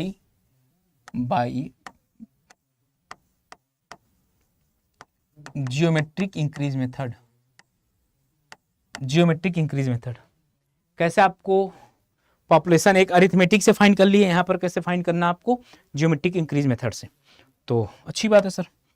तो हमने क्या किया, यहाँ पर एक टेबल बनाया, हमने क्या किया, एक टेबल बनाया, और टेबल में ही सारा गेम हो जाएगा हमारा।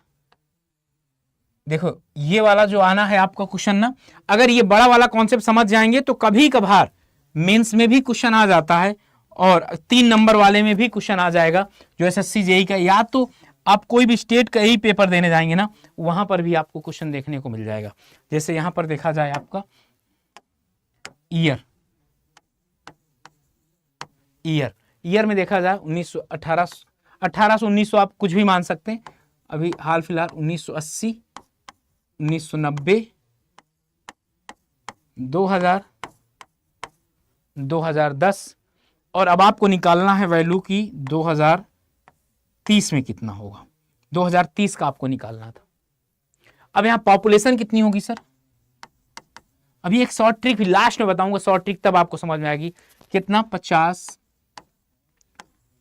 80, 50, पॉपुलेशन 50, 80, 130, 200 हम इस तरीके से मान ले रहे हैं। अभी हम क्या कर रहे हैं, केवल मान रहे हैं, ठीक ना। यहां पर क्या कर रहे हैं, हम मान रहे हैं।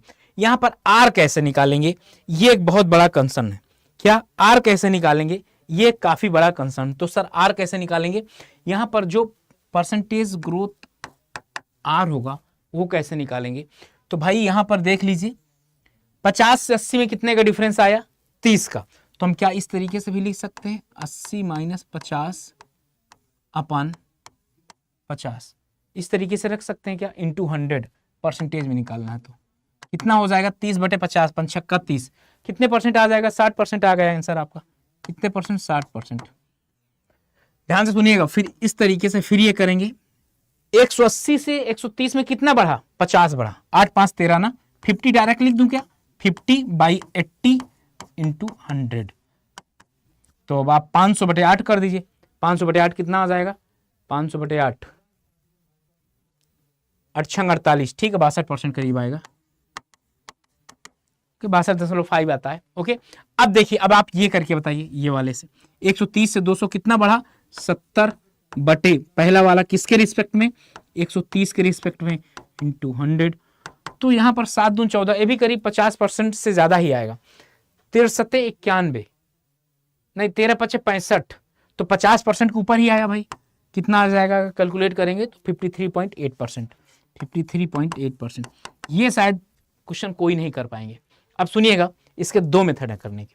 ये हमने आर निकाल लिया, ये केवल आर निकाल लिया, ठीक। आर निकालने बाद अब अगर आप इसको कर रहे हैं कौन से मेथड से, 60, 62.5 और 53। यहां पर एक आपको चीज भी दिखाऊंगा। R1 आपकी कितना है, 60%, R2 आपका कितना है, 62.5%, R3 आपका कितना है, 53.8%,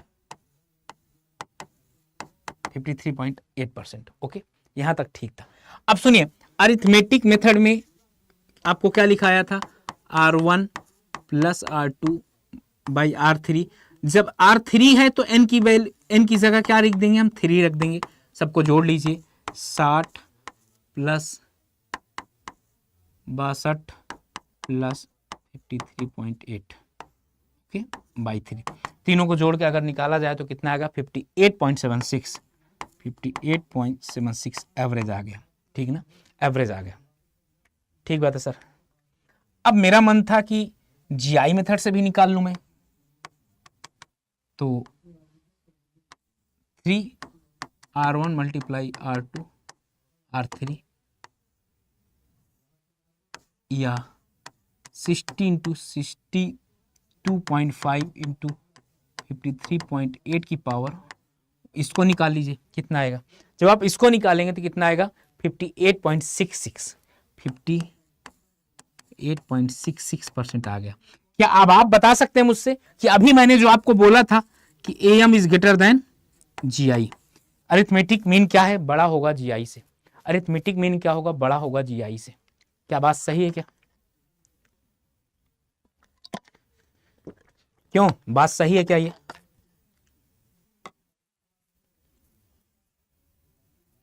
ये बात सही है क्या?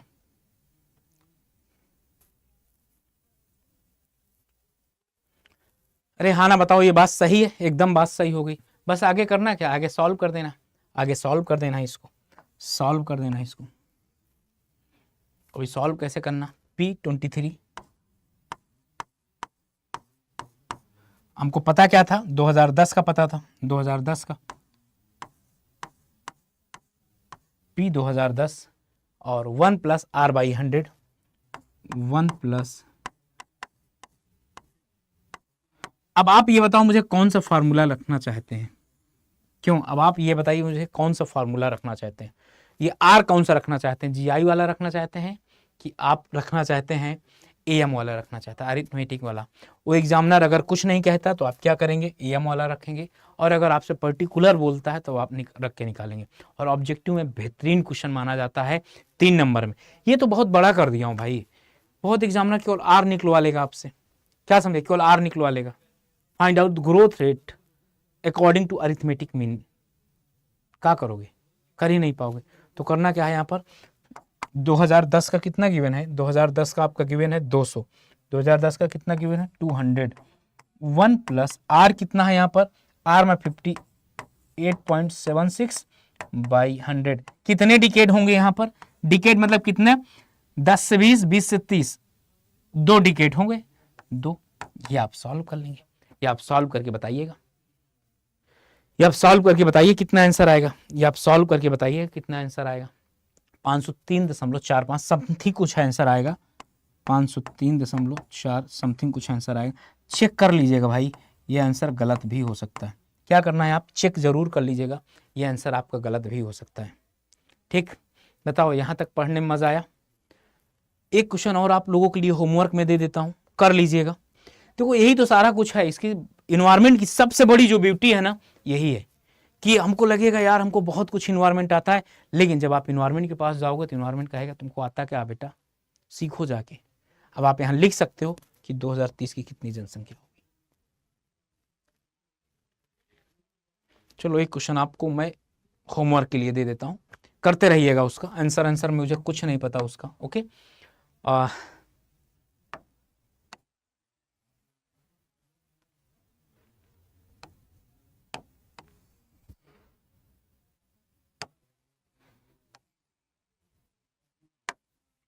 बस इधर पॉपुलेशन लिख दूंगा मैं, उधर नहीं, इधर ईयर, इधर पॉपुलेशन, इधर ईयर एक तरफ पॉपुलेशन, कुछ भी लिख दूंगा।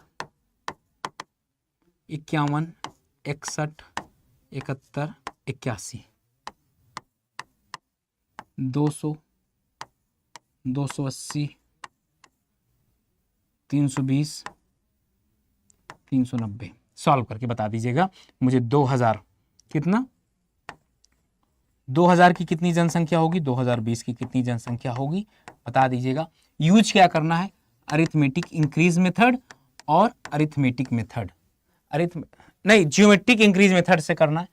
दोनों में कोई भी मेथड लगा के कर दीजिएगा, लेकिन सारे मेथड लगा दीजिएगा ज्योमेट्रिक इंक्रीज मेथड से और arithmetic mean method, arithmetic mean से। इतना करना है आपको, क्या करना है, इतना करना है। ओके, क्या करना है आपको, इतना करना है। ये करके आप जरूर बताइएगा, फिर देखिएगा कि आपका कितना कैलकुलेशन स्टार्ट है, कितना आप कैलकुलेशन कर पाते हैं। ओके, चलो यहाँ तक तो सारा कुछ क्लियर हो गया भाई, ईयर, पॉपुलेशन, ये सारा कुछ। 2 मेथड हुए अब आपके भाई। अभी तीसरे मेथड में चला जाए तो तीसरे मेथड में क्या हो जाएगा आपका, इंक्रीमेंटल इंक्रीज मेथड। क्या इंक्रीमेंटल इंक्रीज मेथड, क्या आपने ये मेथड पढ़ा है, क्या आपने ये मेथड पढ़ा है, इंक्रीमेंटल इंक्रीज मेथड? क्या आपने ये मेथड पढ़ा है इंक्रीमेंटल इंक्रीज मेथड का? बिल्कुल नहीं पढ़े होंगे। एक्चुअली ये कैसे होता था, अभी तक तो होता था या तो आपका इस तरीके था या तो आपका इस तरीके था, लेकिन यहां पर जिग जैग बनता है, यहां पर आपका इस तरीके का बनता है, इस तरीके का बनता है। ओके, इस तरीके का बनता है, ये ये इस तरीके का, समझ गए, ये इस तरीके का बनता है। और ये जैसे फिर यहाँ से एक इस तरीके के सांप सीढ़ी जैसे हो जाता तो फिर बना लिया जाता, ये इस तरीके का बनता है। याद रखिएगा, किसका, इंक्रीमेंटल इंक्रीज मेथड। एक तो इंक्रीमेंटल है और ऊपर से क्या है, इंक्रीज मेथड। यहाँ पर जो आपकी इक्वेशन बनेगी क्या होगा, dp1 कभी क्या होगा, dp1 आपका बढ़ता हुआ नजर आएगा इस तरीके से, कभी इस तरीके से भी नजर आएगा। तो ये चीजें तो कभी नहीं आती, ये सारी चीजें कभी नहीं आती, ठीक। और इसके बारे में क्या है, ये अरिथमेटिक इंक्रीज मेथड का क्या है, एक्सटेंशन मेथड है। This is an extension of arithmetic increase method. आपसे पूछ लेता है एग्जामिनर कि अरिथमेटिक इंक्रीज मेथड का एक्सटेंशन मेथड कौन सा है, ये पूछता है कि अरिथमेटिक इंक्रीज मेथड का एक्सटेंशन मेथड कौन सा है, कौन सा, arithmetic increase incremental increase method, incremental increase method. This method forecast population based on past growth without making any assumption. मतलब ये है ना कि एक ऐसा मेथड है जो प्रीवियस एजम्पशन को लेता ही नहीं, प्रीवियस एजम्पशन से मतलब ही नहीं है, विदाउट मेकिंग एनी एजम्पशन, कोई भी एजम्पशन बगैर लिए ही सॉल्व कर देता है। और फॉर्मूला क्या बताता है, pn equal to P not plus N X bar plus N plus 1/2y। ये आपका मेथड आ जाता है, ये आपके लिए ये फॉर्मूला आ जाता है। अब आपको बताऊं, ये केवल फार्मूला ही आपको पढ़ना बस हो गया, ये क्या आपको करना है, केवल फार्मूला ही पढ़ना है। कहिए तो इसका भी एक क्वेश्चन करवा देता हूं। फिर इसके बाद आपका डिक्रीजिंग रेट मेथड आ जाएगा। ओके, डिक्रीजिंग रेट मेथड आ जाएगा। और डिक्रीजिंग रेट मेथड में ही एक पॉइंट और मैं ऐड करा देता हूं, ये कहां यूज किया जाता है, वेरी ओल्ड सिटी में, ओल्ड सिटी। डिक्रीजिंग कहां पे यूज होगा, ओल्ड सिटी में। डिक्रीजिंग मेथड कहां यूज होगा, डिक्रीजिंग ग्रोथ मेथड कहां यूज होगा, ओल्ड सिटी पे। ओके, तो ये वाला मेथड इतना ही रखता है। लेकिन मैं आपको इसका, अगर आप सीखेंगे तो इंक्रीमेंटल इंक्रीज मेथड का मैं आपको एक न्यूमेरिकल करवा देता हूं, ताकि आपको एन और वाई के बारे में यहां पर थोड़ा सा पता चल सके, ठीक। एन और वाई के बारे में थोड़ा सा पता चल सके, ठीक है सर, करवा दीजिए एक न्यूमेरिकल। चलिए लिखिए, 1980, 90, 2010, 2010 इतना था आपका, ठीक ना, इतना था।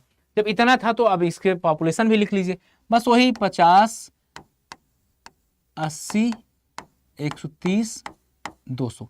ये आपका ईयर था, ये आपका पॉपुलेशन था सर, ये आपका क्या था, पॉपुलेशन था। ये क्वेश्चन था और आपको ये आई मेथड से करना था। तो यहां पर देखिए एक्स बार कैसे निकलेगा, यहां पर क्या था, एक्स बार कैसे निकलेगा, एक्स बार यहां कैसे निकलेगा, यहां पर एक्स बार कैसे निकलेगा, वाई बार कैसे निकलेगा, ये आप देख लीजिए। तो सबसे पहले करना क्या, कितने का डिफरेंस है, 30 का डिफरेंस है। कितने का डिफरेंस है, 8, 5, 13, 50 का डिफरेंस है। कितने का डिफरेंस है, 70 का डिफरेंस है। 30, 50, 70, ये एक्स बार हुआ। ओके, अब वाई बार निकालना है, इन दोनों का डिफरेंस निकाल दीजिए। कितने का डिफरेंस हो गया, 20 का डिफरेंस हो गया। कितने का डिफरेंस हो गया, 20 का डिफरेंस हो गया। ये बात समझिएगा। अब अगर मैं आपसे बोलूं कि एक्स एवरेज कितना होगा या एक्स बार कितना होगा, तीनों को जोड़ दीजिए, 30, 50, 70/3, 7, 3, 10, 150, कितना एवरेज आ गया, 50 आ गया। वाई बार की अगर वैल्यू किया जाए 20 + 20/2, 20 आपका ये आ गया। ये दोनों जैसा आपको पता चल गया, तो जैसा आपको पता चल गया फार्मूला लगा दीजिए। बहुत आसान है भाई, बस आपको कॉन्सेप्ट क्लियर होना चाहिए। पी एन इक्वल टू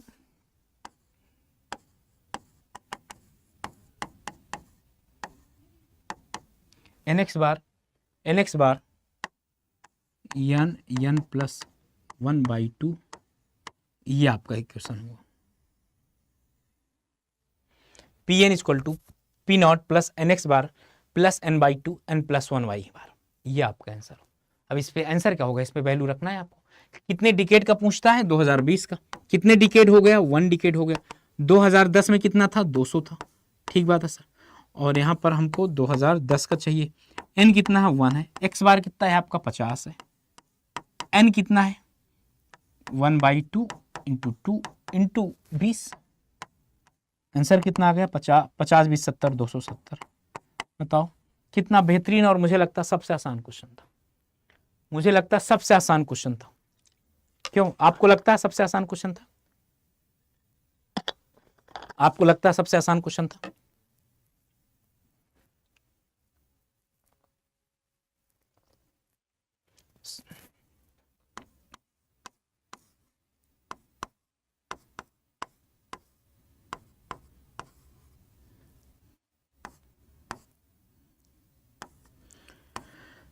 बस एक मिनट।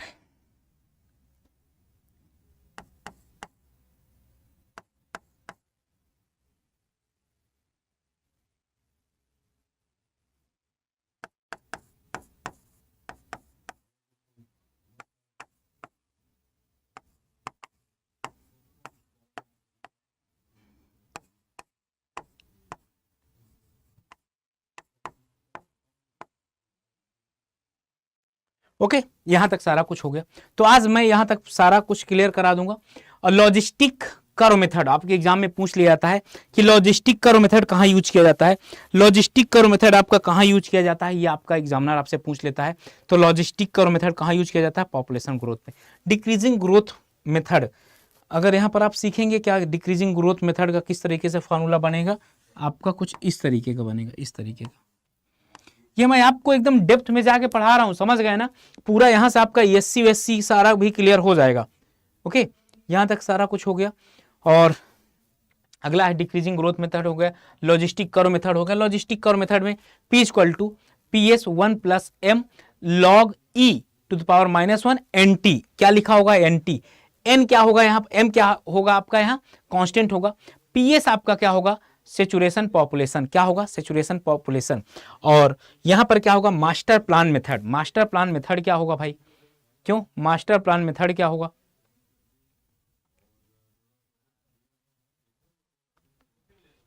देखिए मास्टर प्लान मेथड। अब मास्टर प्लान मेथड को क्या बोला जाता है, zoning method. Master plan method को क्या बोला जाता है, जोनिंग मेथड बोला जाता है। और कंपैरेटिव ग्राफिकल मेथड, एक ग्राफिकल मेथड होगा। तो इस तरीके से 7 मेथड हैं। अब आप सोच लीजिए कि एग्जामिनर कितनी छोटी छोटी चीजें सोच सकता है। आपसे बोल देगा zoning method are also called, zoning method को और क्या नाम से बोला जाता है, तो आप क्या बता सकते हैं, मास्टर प्लान मेथड के नाम से भी जाना जाता है। ठीक, यहां तक सारा कुछ हो गया। इसके बाद क्या था आपका, ये आपका component of water supply scheme और उसका डिजाइन पीरियड। उसका क्या था, डिजाइन पीरियड। देखिए कुछ दिख नहीं रहा, ओके दिख नहीं रहा, मैं थोड़ा सा हाईलाइट कर देता हूं। 50 year, 30 year, 30 year, 15 year, 30 year. यहां से थोड़ी सी कोई ना कोई वैल्यू अगर चेंज हो जाती है तो परेशान मत होइएगा, क्योंकि ये वैल्यू चेंज हो रही है। ये वैल्यू चेंज, जैसे डैम का एकदम फिक्स है 50 होगा। इनटेक क्या बोलते हैं, जहां से हम पानी उठाते हैं, वो 30 है। कन्वेइंग मेन पंप 30 साल का, पंप्स 15 साल का, कहीं 30 साल लिखा होगा आपका, याद रखिएगा। वो डिपेंड करता है आपका कि वो पंप है कौन सा। ओके, वाटर डिस्ट्रीब्यूशन आपका 30 ईयर का, ट्रीटमेंट यूनिट आपका 30 ईयर का, ठीक ना, ये चीजें देख लीजिएगा। इसके बाद यहां पर आपके लिए ये बहुत ज्यादा इंपॉर्टेंट है कि कभी कभार पूछ लिया जाता है, क्या पूछ लिया जाता है, यंग सिटी में क्या यूज करते हो। यंग सिटी में जीआई मेथड यूज किया जाता है। कौन सा, यंग सिटी में क्या यूज किया जाता है, यंग सिटी में आपका जीआई मेथड यूज किया जाता है, यंग जीआई। और ओल्ड में क्या होगा, ओल्ड सिटी में incremental increase method, old city में क्या यूज करते हो, इंक्रीमेंटल इंक्रीज मेथड, और वेरी ओल्ड में क्या यूज करते हो, AI, arithmetic increase method, arithmetic increase method, या डिक्रीजिंग ग्रोथ रेट, डीजीआर। अब आपसे जैसे पूछ सकता है, जैसे मैं इसको छोड़िए, अभी मैं लिख देता हूं आपको नोट में, यंग सिटी, यंग सिटी में क्या यूज किया जाता है, geometric increase method. Old city में, ओल्ड सिटी में क्या यूज किया जाता है, इंक्रीमेंटल इंक्रीज मेथड। या ओल्ड सिटी में, ओल्ड सिटी में आपको क्या लिखा जाता है पहले, जियोमेट्रिक मेथड भी यूज किया जाता है, ठीक है ना। और यहां पर अगला देखा जाए, very old city,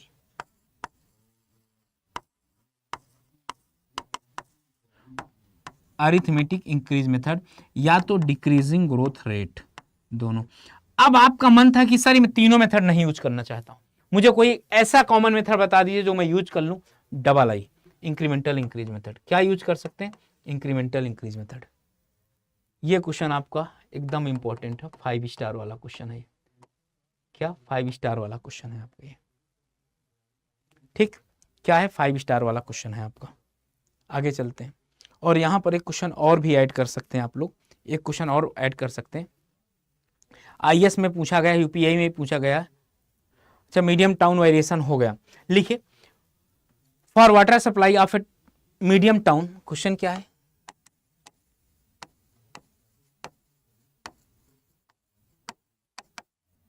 for water supply to a medium town,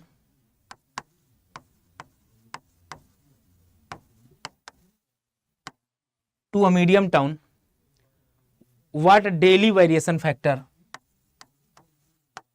what daily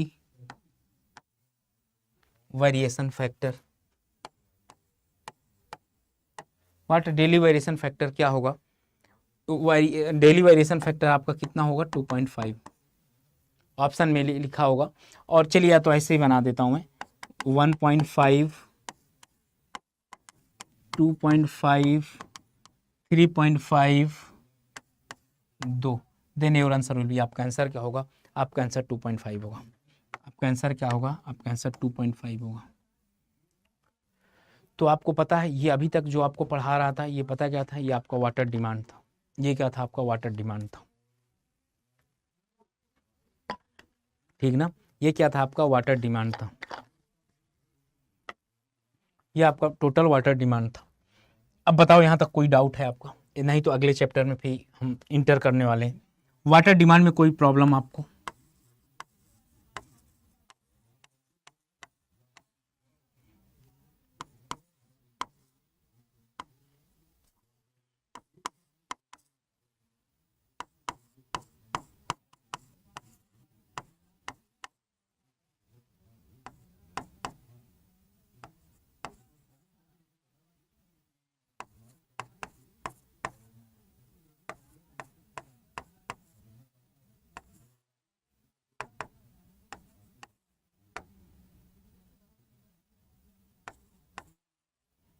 ठीक ना।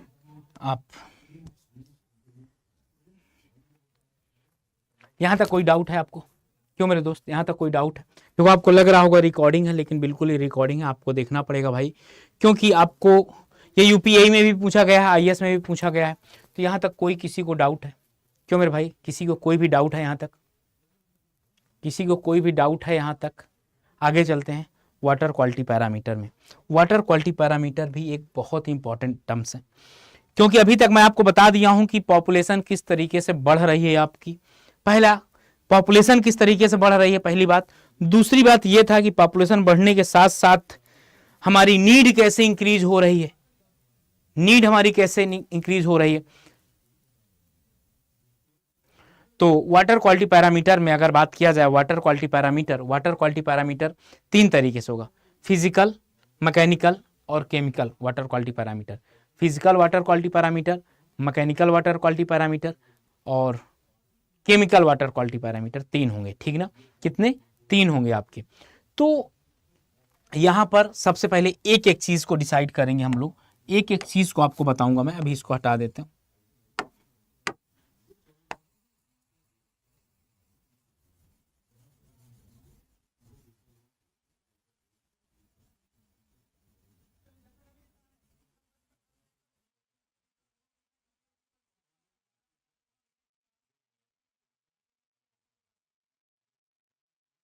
ठीक नहीं, 3 मेथड है, फिजिकल, मैकेनिकल, केमिकल।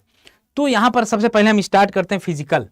कौन सा? फिजिकल स्टार्ट करते हैं, फिजिकल मेथड स्टार्ट करते हैं, फिजिकल वाटर क्वालिटी पैरामीटर। क्या? Physical water quality parameter. पहला क्या स्टार्ट करते हैं? फिजिकल वाटर क्वालिटी में, physical water quality parameter, WQP का मतलब यही है, water quality parameter, physical water quality parameter. पहले ध्यान से देख लीजिए, अभी तो मैं स्टार्ट कर रहा हूं, अभी तो आपको मैं इन्वायरमेंट में घुसाया ही नहीं हूं भाई, समझ गया? अभी तो आपको मैं इन्वायरमेंट में घुसाया ही नहीं हूं। अब थोड़ा सा आपको लगेगा, अब आपको थोड़ा सा लगेगा कि यार अब कुछ चल रहा है, अब कुछ सिस्टम में कुछ चीजें नई लग रही हैं। क्या क्या पढ़ेंगे हम फिजिकल में? Suspended solid. आप देखते होंगे अगर ये पानी है आपका, तो पानी में अगर कोई पार्टिकल्स होगा तो आप बता दोगे ना पार्टिकल्स है, सस्पेंडेड सॉलिड। Turbidity, colour. अब ये बताओ अगर इसमें कोई लाल नीला पीला होगा तो आप बता सकते हो ना, क्यों? लाल नीला पीला होगा तो आप बता सकते हो कि यार कलर इसका कैसे, टेस्ट कैसा है, इसका टेस्ट कैसा है।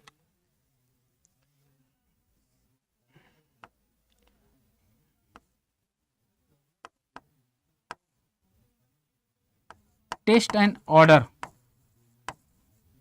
इसका टेस्ट एंड ऑर्डर कैसा है, और टेम्परेचर कैसा है इसका, क्या? टेम्परेचर कैसा है, यहां तक नोट करो।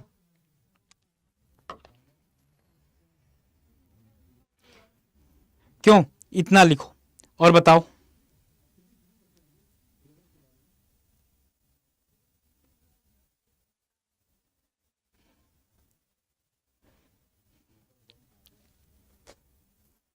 तो यहां पर आप देख रहे हो ये वो वाला टेस्ट नहीं है भाई, ये यहां टेस्ट करेंगे लेकिन ये स्वाद वाला टेस्ट आपका होगा, ठीक ना? यहां पर क्या होगा आपका? स्वाद वाला टेस्ट होगा। यहां तक नोट कर लो सारा। अब इनके बारे में बताओ, क्या आप इनको फिजिकल टच करके बता सकते हो? क्यों? क्या आप इनको फिजिकल टेस्ट करके बता सकते हो? फिजिकल टेस्ट करके बता सकते हो कि सर किसी में सस्पेंडेड सॉलिड कितना होगा, कलर कितना होगा, बता सकते हो क्या? क्यों? बिल्कुल बता सकते हैं सर,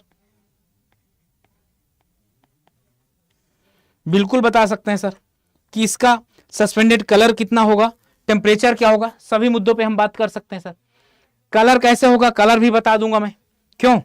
हम कलर भी बता देंगे, टर्बिडिटी गंदापन भी बता देंगे। तो एक एक चीज, यहां जितने भी पैरामीटर लिखवाया हूं, एक एक पैरामीटर आपको पढ़ाने वाला हूं मैं। क्या? एक एक पैरामीटर आपको पढ़ाने वाला हूं। ओके, तो सस्पेंडेड सॉलिड, पहले कहां से बात आती है? Suspended solid. तो सस्पेंडेड सॉलिड क्या होता है? पहले हेडिंग डालेंगे सस्पेंडेड सॉलिड।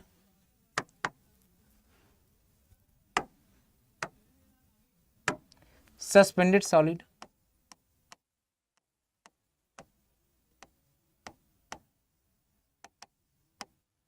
एक्चुअली ये ना जब पीपीटी से पीडीएफ में कन्वर्ट करते हैं तो ऐसा थोड़ा बहुत हो जाता है कि कंटेंट आगे पीछे हो जाता है, वही चल रहा।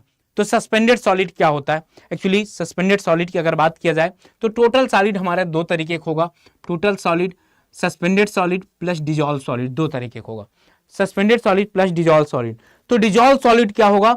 अगर यहां पर मैं बात करता हूं डिजॉल्व सॉलिड की, यहां पर मैं बात करता हूं डिजॉल्व सॉलिड की, तो dissolve solid change in chemical property of the water, यह क्या करता है? डिजॉल्व सॉलिड, अगर किसी पानी में डिजॉल्व सॉलिड है तो क्या करता है? वाटर के क्वालिटी के वाटर क्वालिटी पैरामीटर को चेंज कर देता है, इसलिए क्या बोला जाता है? Chemical water quality parameter. और अगर सस्पेंडेड सॉलिड है, अगर आपका सस्पेंडेड सॉलिड है तो क्या होगा? केमिकल प्रॉपर्टी, वाटर की केमिकल प्रॉपर्टी में कोई भी चेंज नहीं होगा, इसलिए इसको कैसे? Physical water quality parameter. बड़े ध्यान से सुन लीजिए, अगर मैं बात करता हूं कि हमारे पानी में टोटल डिजॉल्व सॉलिड की बात करना है, और तो इस टोटल सॉलिड कुछ होता ही नहीं है। टोटल सॉलिड एक्चुअली होता क्या है कि इस पानी में सस्पेंडेड सॉलिड कितने हैं? डिजॉल्व, डिजॉल्व मतलब घुल जाना। जैसे चीनी क्या होती है? डिजॉल्व होती है। चीनी क्या होती है? डिजॉल्व होती है। और यही जगह अगर मैं बालू डाल दूं तो सस्पेंडेड सॉलिड होता है। मैं ध्यान से सुनिएगा, हमने चीनी डाला, इसकी प्रॉपर्टी बदल जाएगी भाई। अब हम इसको फिजिकल से ट्रीट कर ही नहीं सकते, हम कैसे करेंगे? केमिकल वाटर क्वालिटी पैरामीटर से। तो change in chemical property of water से, ओके, क्योंकि हमारे पानी की क्या कर दिया? प्रॉपर्टी बदल दिया। और अब यहाँ पर अगर बात किया जाए केमिकल सस्पेंडेड, मतलब जो हमने एग्रीगेट डाला था या सैंड डाला था, उससे हमारी इसकी प्रॉपर्टी बदलेगी क्या? नहीं बदलेगी। अब वो पार्टिकल बैठ जाएगा, हम पानी पी लेंगे, लेकिन जहाँ पर डिजॉल्व कर दिए उससे क्या हो जाएगा, हमारी प्रॉपर्टी चेंज हो जाएगी। अब यही देख लीजिए, यही बात आप ऑब्जेक्टिव में पूछ लेता है और इंटरव्यूअर भी यही बात आपसे पूछता है और स्टेटमेंट भी यही बात पूछता है स्टेटमेंट में। तो सोर्स ऑफ सस्पेंडेड सॉलिड, तो यहां पर मैं आपको पढ़ाऊंगा सस्पेंडेड सॉलिड, डिजॉल्व सॉलिड आपको पढ़ाऊंगा मैं कहां पर, केमिकल वाटर पैरामीटर में, ठीक। इसके बाद क्या था आपका source of suspended solid. Source of suspended solid क्या होगा, source of suspended solid, source of suspended solid क्या सोर्स है, सोर्स ऑफ सस्पेंडेड सॉलिड क्या होगा। सोर्स ऑफ सस्पेंडेड सॉलिड की अगर बात किया जाए, इनऑर्गेनिक मैटर जहां पर कोई कार्बन नहीं होगा, इनऑर्गेनिक मैटर जिसमें कोई भी, अब आप इनऑर्गेनिक मैटर अगर सैंड देख लीजिए, क्ले देख लीजिए, इसमें क्या होगा, कार्बन होगा क्या, बिल्कुल नहीं होगा, इसमें कार्बन बिल्कुल नहीं होगा, इसमें कार्बन बिल्कुल नहीं होगा। लेकिन अगर यही जगह मैं बात करता हूं किसकी, अगर यही जगह बात करता हूं और ऑर्गेनिक मैटर की, ऑर्गेनिक मैटर बिल्कुल यार प्लांट आपका होगा, एल्गी आपकी काई होगी, फाइबर्स होगा।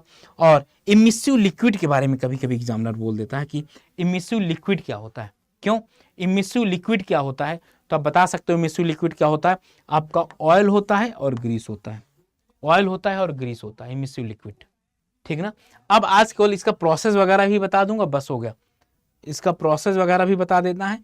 तो यहां पर देखेंगे इसका प्रोसेस क्या है, इसका प्रोसेस,